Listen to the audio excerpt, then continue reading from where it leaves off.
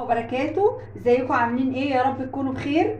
النهارده هعمل كده حاجه بسيطه، هعمل حبه مسقعه. معانا فلفل، معانا بطاطس، معانا بتنجان، معانا توم. طبعا حاطين عليه فلفل وحاطين عليه كزبره ناشفه، ومعانا طماطم، ومعانا معلقه صغيره من الخل اللي هنطشها على التوم.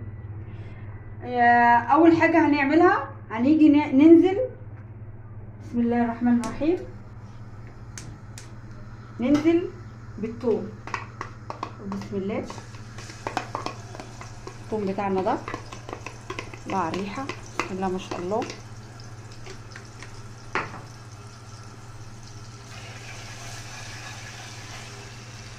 وهنا هنحط البطاطس بتاعتنا الجميله.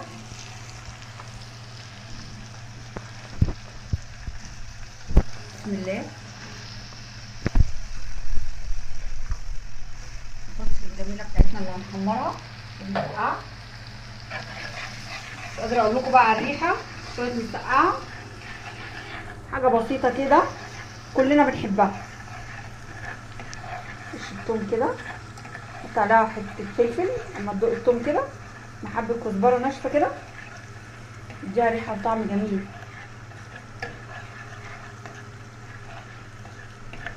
ويا رب تعجبكم.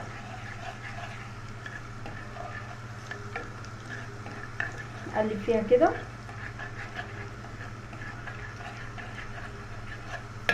وهننزل عليها بمعلقه الخل الصغننه بتاعتنا. بسم الله. مش قادره اقول لكم بقى على الريحه. الريحه يعني جميله جدا وهتعجبكم قوي. مسقعه جميله وبالهنا والشفا للي يعملها. اول ما تتفاعل كده مع الثوم نقوم حاطين عليها الطماطم الجميله بتاعتنا دي.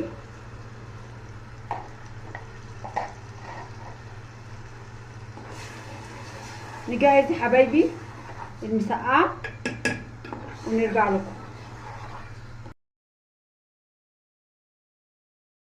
حبايبي طبق المسقعه الجميل بتاعنا بعد ما عملناه، ويا رب يعجبكم، وبالهنا والشفا اللي يعملوا، وبالهنا والشفا اللي ياكلوا. وما تنسوش الاشتراك واللايك الجميل بتاعكم عشان يوصل لكم كل جديد مني، واشوفكم في يوم جديد مع اكله جديده، ومع الف سلامه.